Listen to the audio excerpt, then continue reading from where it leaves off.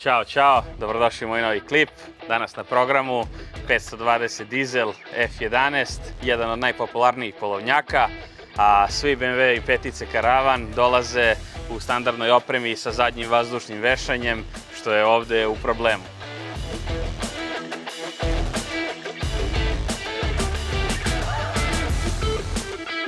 Za tu popravku imamo dve opcije.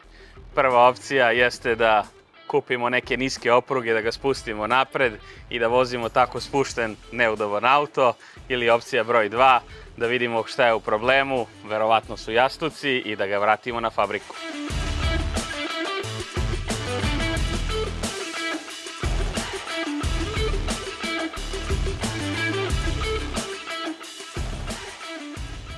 Mi smo izabrali opciju da popravimo vazdušno vešanje na ovom autu, da ga vratimo na fabriku. Kao što sam spomenuo, su BMW petice Karavani, imaju vazdušno vešanje pozadi u standardnoj opremi. Sedmice, X5, X7, X6, oni mogu da budu sa vazdušnim vešanjem i napred i pozadi, opciono, a ovaj auto uvek ima samo nazad. Tako da kad ih vidite na putu da stoje ravno, nebitno koliko je tereta u samom autu, on uvek stoji ravno jer naduvava te jastuke i uvek drži auto ravno.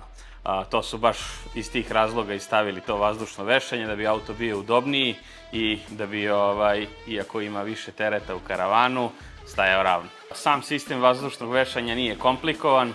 Imamo kompresor, imamo razdelnik vazduha za levi i desni jastuk i imamo dva jastuka. Pored toga imamo senzore koji nam kažu da li je auto spušten ili podignut, i tako i sam kompjuter može da odredi da li treba da naduva neki od jastuka.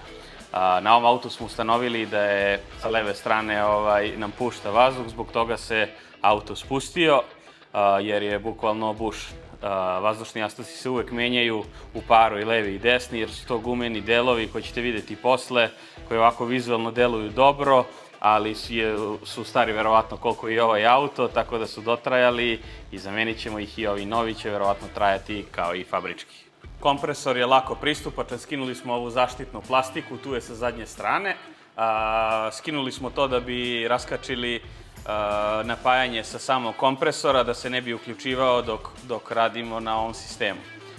Isto, pored toga ćemo raskačiti instalaciju, da izađe sav pritisak ukoliko ga ima u jastucima levo i desno, da bi mogli lakše da ih skupimo i skinemo napolje. Kao što sam spomenuo, ovaj sistem ima i razdelnik vazduha, koliko će napumpati levi i desni jastuk. To je ovaj deo sa kog smo skinuli creva. Crveno je leva strana, plavo je desna. Pazite da ne pobrkate, jer ako pobrkate, sam sistem će da poludi i neće pravilno da naduva ovaj jastuk.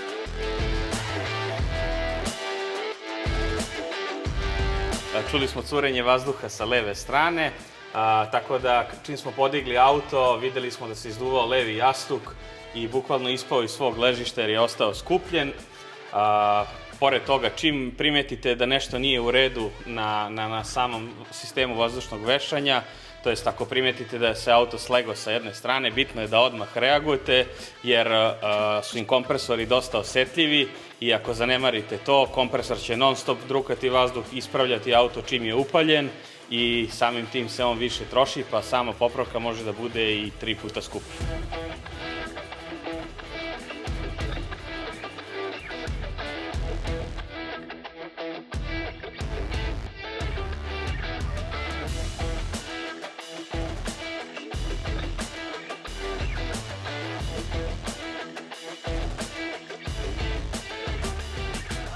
Ovaj jastuk ispušta vazduh, pa je zato bio sabijen, ali smo zato otkačili onu instalaciju nazad na samom kompresoru da bi ovaj jastuk mogao da se sabije, to je da bi mogli uopšte da ga izvučemo.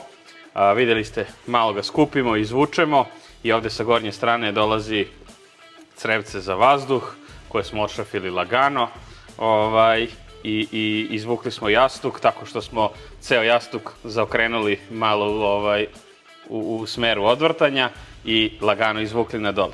Ovde imamo ovaj distancer koji je jako bitan, da se namontira kada dođe novi jastuk, a ovde vidim da je jastuk originalan BMW-ov iz 2010. godine, tako da je odradio dobar posao i trajao više od 10 godina. Stigli su nam i novi Saksovi vazdušni jastuci.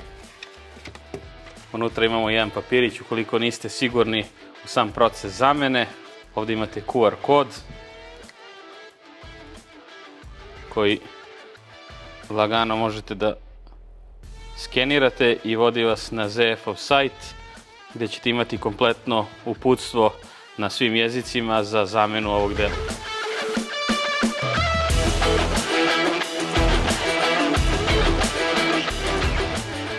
Ovaj put smo odabrali Saks jer se dosta koristi u prvoj upotrebi zbog njihovog kvaliteta, a imaju dosta dobru ponudu u aftermarket varijanti, tako da smo uzeli njihove vazdušne jastuke.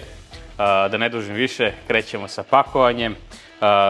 Uz same jastuke smo dobili ove šrafove sa novim gumicama koje obavezno podmažite pre nego što stavite tamo na instalaciju.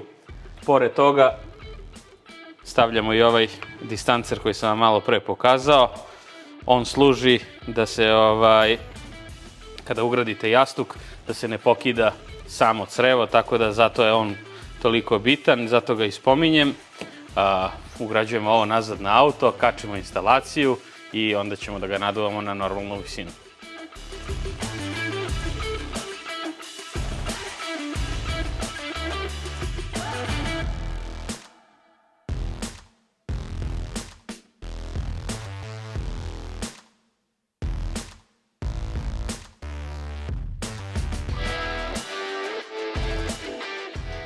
Kao što ste vidjeli, zamena je lagana.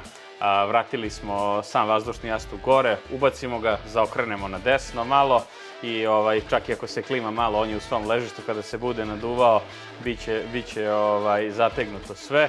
Posle toga ga razvučemo na dole da uđe u samu viljušku, to jest ima jedna plastikica koja treba da klikne i ona ga drži u svom položaju, to jest to sve drži dok kompresor ne naduva jastuk jer će on tada biti stegnut i na pravoj poziciji. Vraćamo creva na ovaj razdelnik, posle toga ćemo uključiti kompresor i preko dijagnostike aktivirati naduvavanje samih jastuka da bi ga podigli na odgovarajuću visinu.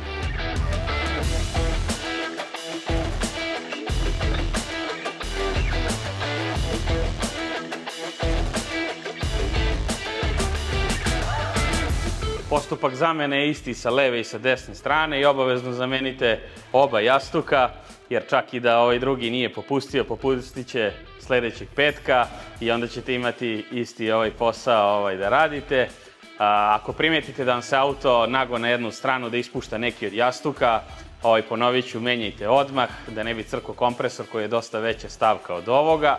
Tako da mi smo rešili ovde problem sa dva nova jastuka. Sad idemo u laganu probnu vožnju i to bi bilo sve za ovaj klip. Ako vam se svidio ovaj klip o mehanici, bacite subscribe, a mi se vidimo u nekom od narednih klipova.